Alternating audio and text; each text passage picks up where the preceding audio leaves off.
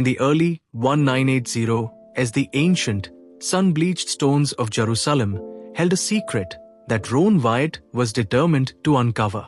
An amateur archaeologist with a quiet but unwavering conviction, Ron did not look for treasures in the way others did. He was guided by something deeper, a series of divine visions that spoke of a sacred relic hidden for millennia. He walked the dusty streets not as a tourist, but as a man on a mission to bridge the gap between faith and physical reality. Ron's research led him to a specific, jagged cliffside known as the Place of the Skull or Golgotha. While others saw only a historical site of execution, Ron saw a divine blueprint. He believed that the Ark of the Covenant had been secreted away directly beneath the site where the crucifixion had taken place. To Ron, the geography of the hill was not a coincidence. It was a carefully orchestrated design waiting for the right hands to reveal it. The excavation began in the shadow of the cliff. It was grueling, unglamorous work. Ron spent years digging through layers of debris, ancient trash, and stubborn limestone. The heat of the Jerusalem sun was relentless, and the physical toll was immense. Yet, every bucket of earth he moved felt like an act of worship. He was convinced that the ground beneath him was not just soil and stone, but a veil hiding the most significant object in human history. As Ron delved deeper, the tunnels became narrow and suffocating. He spent countless hours in the damp darkness, his flashlight the only thing separating him from the weight of the mountain above. The air was thin, and the silence of the earth was profound. Despite the exhaustion and the mounting doubts from those who watched from the surface, Ron's internal voice remained clear, urging him to continue through the labyrinth of stone. In 1982, Ron finally broke through. His tool struck a hollow space, and a small opening appeared in the rock wall. He widened the hole just enough to squeeze through, his heart racing with a mixture of fear and awe. As he tumbled into the chamber beyond, his flashlight beam cut through a thick layer of dust that hadn't been disturbed for over 2,000 years. The air was perfectly still, heavy with a sense of sacred preservation.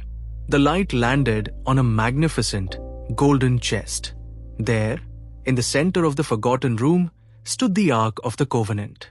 Two golden cherubim stretched their wings toward one another across the lid. Ron fell to his knees. The sight was overwhelming. The craftsmanship, the history, and the sheer weight of what he believed he had found. It was a moment where the stories of old became tangible, shimmering under the thin beam of his light. Looking upward, Ron noticed a dark, vertical fissure in the ceiling directly above the ark. He realized this crack reached all the way to the top of the cliff, precisely where the crucifixion had occurred.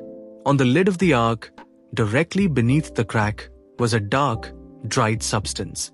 Ron concluded that when the earth shook during the crucifixion, the rock had split, allowing the blood of Jesus to flow down and rest upon the mercy seat. Ron carefully collected samples of the substance, which he later claimed were unique. He asserted that when the blood was tested, it was found to be alive, containing a chromosomal count that defied biological norms. He spoke of his findings with a sense of wonder, describing a divine signature preserved in the cells. For Ron, this was the ultimate proof, the physical evidence of a miracle that had remained hidden for centuries. However, the world did not share Ron's certainty. When he returned to the surface and shared his discovery, he was met with a wall of skepticism. Scholars and scientists rejected his claims, pointing to a total lack of verified, peer-reviewed evidence. They argued that without photographs or samples that could be independently tested, his story remained a matter of folklore.